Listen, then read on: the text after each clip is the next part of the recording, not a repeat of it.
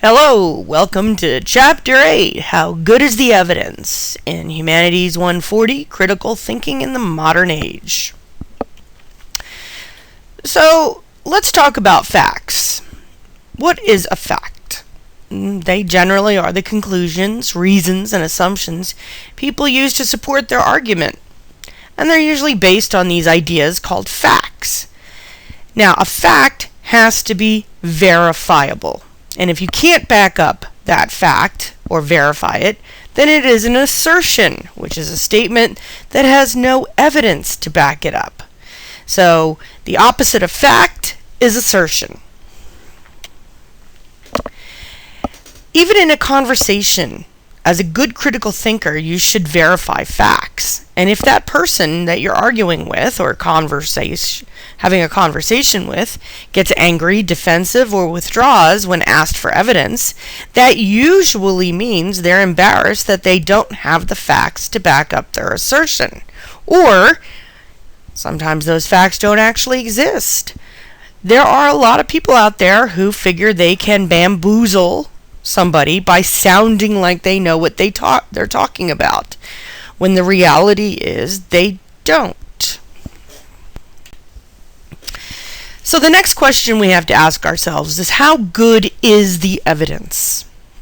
Is the evidence dependable? Can you count on it to be true? The greater the quality and quantity of the evidence supporting a claim, the more likely we can depend on it.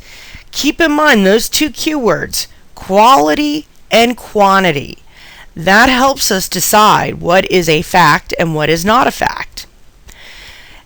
Only at that point can we verify something as truly factual. One of the issues that we deal with in this modern world is the fact that we have so much going on in the fields of science and social science. So new information is being uncovered every day. So many of these facts conflict.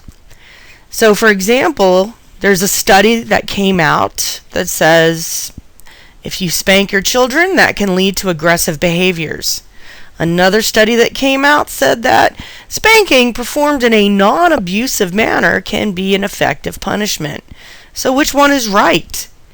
This is when we get into the quantity, or we call this the preponderance of the evidence. So the quantity of the evidence will tell you what is generally considered a fact. So let's talk about evidence. Evidence is explicit information shared by the communicator that is used to back up or justify the dependability of a factual claim. In other words, this is the information that we are relying on, this preponderance of the evidence, so to speak. This means that the majority of the studies on a certain topic support the factual claim. The more reliable the evidence, the more people who have accepted it as fact. So when you are looking at a system or a situation and 90% of the world believes in X, then people pretty much consider that a fact. 25 years ago in the court cases, they attempted to use DNA evidence, and a lot of people did not understand the science behind DNA.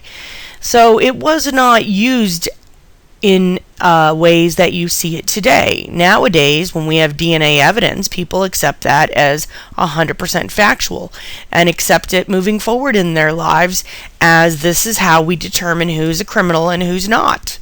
Whereas 25 years ago, it wasn't as accepted.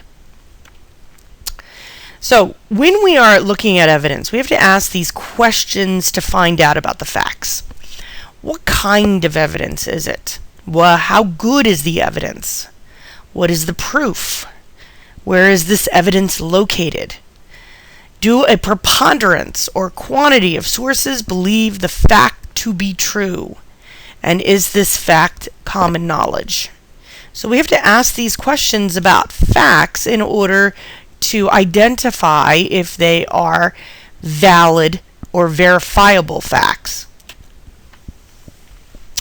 Next, we're going to start talking about major kinds of evidence.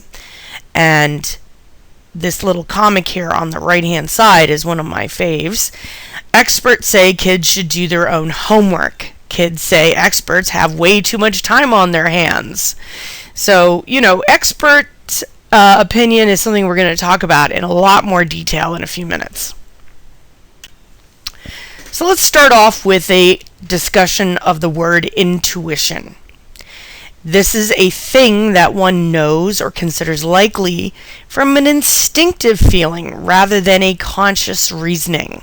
It's also referred to as common sense or a gut feeling. So, there are those moments that some people call it your spidey sense. It starts to tingle and you know something's not right and you're not sure what it is, but you get that gut feeling.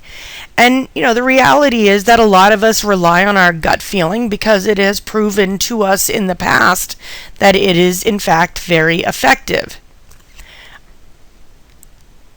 That is the key, though. In the past, it has been proven effective. And we're going to talk about the pros and cons next. So, the pros of intuition include the idea that some people bring to the table relevant and extensive personal experiences that can lead to an excellent sense of intuition. If you've been doing a job for 20 years, you're going to have a much better sense of what to do in various scenarios than if compared to somebody who's only been in the job a few months. So what you might say is intuition is actually personal experience. Furthermore, hunches often prove to have some merit. Every time we watch a cop show on TV, the old grizzled cop comes up with some idea, and it turns out to be exactly the case. Now, the con, on the other hand, is private experiences make it difficult to judge dependability. We all bring to the table our own filter, and this filter is based on our experiences. So everybody's experiences are unique and different.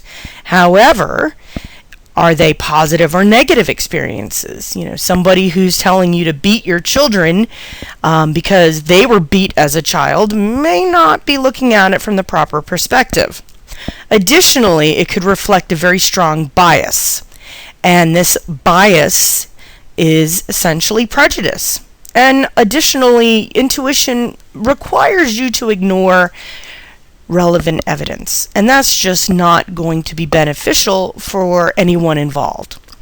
So an example of when trusting your intuition is just wrong is when people believe that autism was connected to the vaccinations because of their own biases. And what kind of biases are we talking about? Biases like, for example, you have the scenario where people don't like pharmaceutical companies. They think they're out to get you. Other people don't trust science. They think it's an elite plot against society. And then other people just don't believe the medical industry. So all of these biases reflected in this assertion. And then, all of these kids started dying from diseases they could have been vaccinated for. So you look at this kind of a scenario and it becomes very problematic because people's intuition is always colored by the filter they wear. Then you have personal experiences, and this is when people have very vivid memories of situations they have experienced.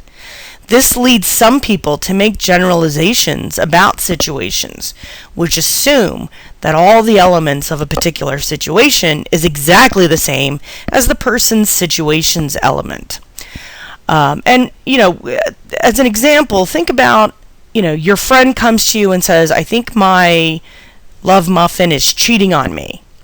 And you know what it's like to be cheated on because your former love muffin cheated on you. So you say, well, can you look at their cell phone? Do they come home late after work? Do they take a shower as soon as they get home? All of these personal experiences reflect when you were cheated on. Important to note, these personal experiences demonstrate the possible outcome, not the definite outcome. So we have to be very cognizant of the fact that these outcomes are not for sure. They're not the sure thing. They're possible. So we have to be very aware that our biases are also included in our personal experiences.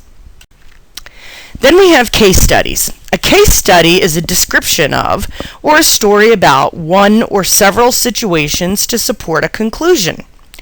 They can be very compelling because of their details and their appeal to our emotions. However, these same details and emotions can distract us from paying attention to the value of the evidence. So if you think about it, every time you read a mystery novel, you're getting a case study of a crime.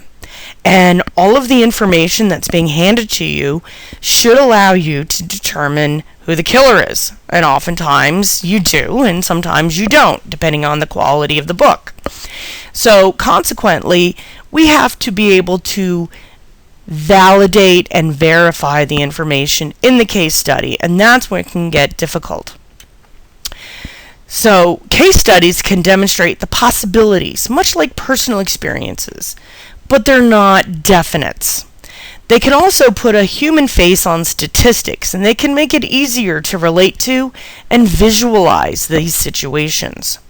So, for example, we can see a case study about a cell phone in a car being much more powerful if we focus on the person who died, not just on the number of people who died. So if we get information about the young man or young woman who was texting who died in this horrible car crash, that's going to be much more compelling than if we say, 27% of the traffic accidents were caused by drivers who were texting. The downside to case studies is that they appeal to our emotions, which can distract us from paying proper attention to their value as evidence. Additionally, people can fabricate case studies to sway an audience. It can be very difficult to verify and validate these events in a case study without very specific details. And a lot of the stuff we see on social media about, this poor child had seizures and we gave them vitamin C and they're okay. And we look at this and we think, wow, I wonder if that's real. And we have to find ways to validate, which is why a website like Snopes.com is so valuable, because they do the research, they look for the evidence. This is also seen very often in politics, and one of the greatest case study politicians was Ronald Reagan. In his 1981 inaugural address, Reagan told the story of a World War I soldier named Martin Treptow, whom he implied was buried in nearby Arlington National Cemetery. 2 years later, Reagan found himself in hot water after a writer for the New York Daily News, Lars Erik Nelson, looked into the account of heroism Reagan related during the ceremony and discovered that there was no evidence the event ever occurred. Reagan was very infamous in many ways for coming up with these stories that couldn't be validated at all. He used to talk about the welfare queen who bilked the government out of hundreds of thousands of dollars, and the only person that any journalist was able to find was a woman in, I think it was Detroit or Chicago, who had bilked the government out of $8,000, which of course is still a crime, but it doesn't even come close to what Reagan was saying. Another aspect is testimonials. Every time you leave a review on Yelp or TripAdvisor or any of the review sites, this is a testimonial. They are recommendations, reviews, discussions of personal experiences that provide endorsements of a product or service. So, for example, if Stephen King says your new book is super scary, that's going to have a huge impact on your sales. For a testimonial to be valid, one must look at the expertise, interest, values, and biases of the person giving the testimonial. So if you go and you look at a review in Yelp, for example, of a restaurant, and they are talking about the fact that they don't like steak, but they're at a steakhouse. Well, that's setting yourself up to hate your meal. Why to go to a steakhouse if you're going to hate steak? On the other hand, if you have a review of a steakhouse by somebody who loves the cow, they are going to make much more sense to you. Here's an issue with testimonials. We have Dr. Mehmet Oz, who is a celebrity doctor who frequently praises weight loss products on his syndicated television show. And he received a harsh scolding from senators in 2014 at a congressional hearing about bogus diet product ads. And he responded, "I actually do personally believe in these items I talk about on the show," he added. "I recognize that oftentimes they don't have the scientific muster to pass as fact." So, in his opinion, they have validity, even though science can't back up any of this stuff. Now, why would he say these kinds of things? Well, one of the issues is that you have people who tend to highlight the best reviews, not the mediocre or poor ones. Expectations. We have expectations that can sway our opinions. If you believe that we never landed on the moon, you are less likely to believe that we have been able to send a spaceship to Pluto's region in our universe. The human factor. Certain characteristics make us trust people, such as enthusiasm, honest, people who are well-intentioned. And the sad part is these characteristics can be faked. So when you watch a show like Dr. Oz, he comes out and he's filled with enthusiasm and he appears honest and well-intentioned, but the reality is he is promoting products that have no scientific basis, despite the fact that he is in fact a doctor. Here's the other issue, and this is a big one. Personal interest. Many people who provide testimonials are compensated or otherwise gain something for providing this, and this leads to bias. So, for example, a lot of doctors will receive money or gifts to prescribe medication. A lot of doctors receive speaking fees. Ben Carson, who's running for president in the 2016 election, has been promoting this particular medical product through speeches, and he's made a ton of money. But he says, well, yeah, I know it doesn't actually work, but, they have paid me this money. The other issue is that then there is omitted information, and this is information that's not being shared. If someone tells you that pasta at a particular restaurant is the best ever, you should try to determine what they're not telling you. Did the person get food poisoning from the chicken? Is the restaurant super expensive? So you got to figure out what's missing in addition to what they're telling you. So, for example, if your friend says, "Oh, I have a great person you should go out with. They have an awesome personality." Well, that pretty much tells you that they are not much to look at. But you have to keep in mind they're promoting the best part of that person, which is their personality. Another type of evidence is an appeal to authority. Authority implies someone is an expert in their field or has special knowledge that the general population does not have. The problem is that experts can be wrong, and more often than not, experts can disagree. They disagree because they're looking at different studies. They have different political biases. There's any number of things. This is a advertisement on the right-hand side that came out in the 50s, and it says, "For a better start in life, start cola earlier." So you see a baby, probably around 8 months old, and there is a definite Coke bottle in the lower left-hand corner. And you're thinking, wow, instead of buying that expensive formula and milk, I can buy Coke. And you have to look to see who is promoting this. And at the very bottom, you'll see that it's the Soda Pop Board of America. In other words, the soda people want you to give soda to your baby. Now, we have seen experts be wrong many times, and these are some examples of when experts are really wrong. So the first one, television won't be able to hold on to any market it captures after the first 6 months. People will soon get tired of staring at a plywood box every night.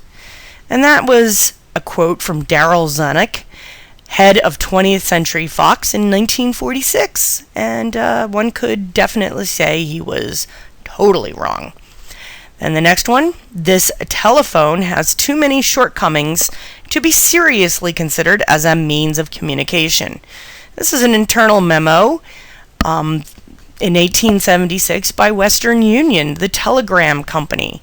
Well, if you look around, you're going to notice that all of us have phones and that nobody sends telegrams anymore.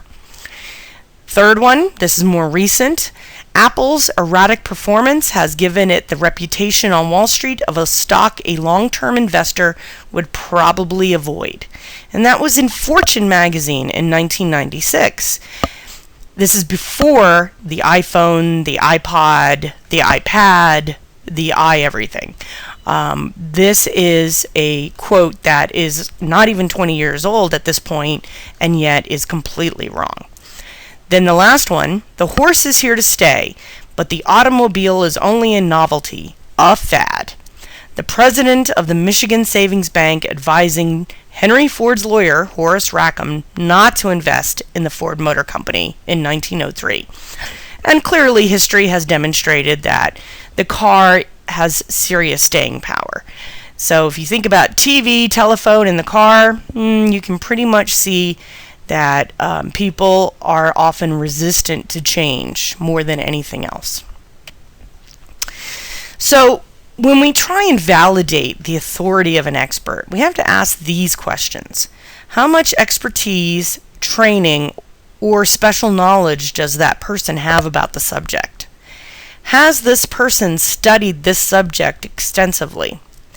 Does this person have access to pertinent facts? Is this person free of biases or prejudice? What will this person gain from their expert opinion? And last, what is the reputation of the person claiming to be an expert? So we're going to look at these in reference to a particular situation. This gentleman is Dr. George Reckers, and he is a professor emeritus of neuropsychiatry at the University of South Carolina and a Baptist minister. He testified against gay adoption in Arkansas and Florida, where he billed the state $120,000 to $200,000 per court case. So here we have a guy who is a so-called expert, and clearly is being paid a huge amount of money to give his opinion.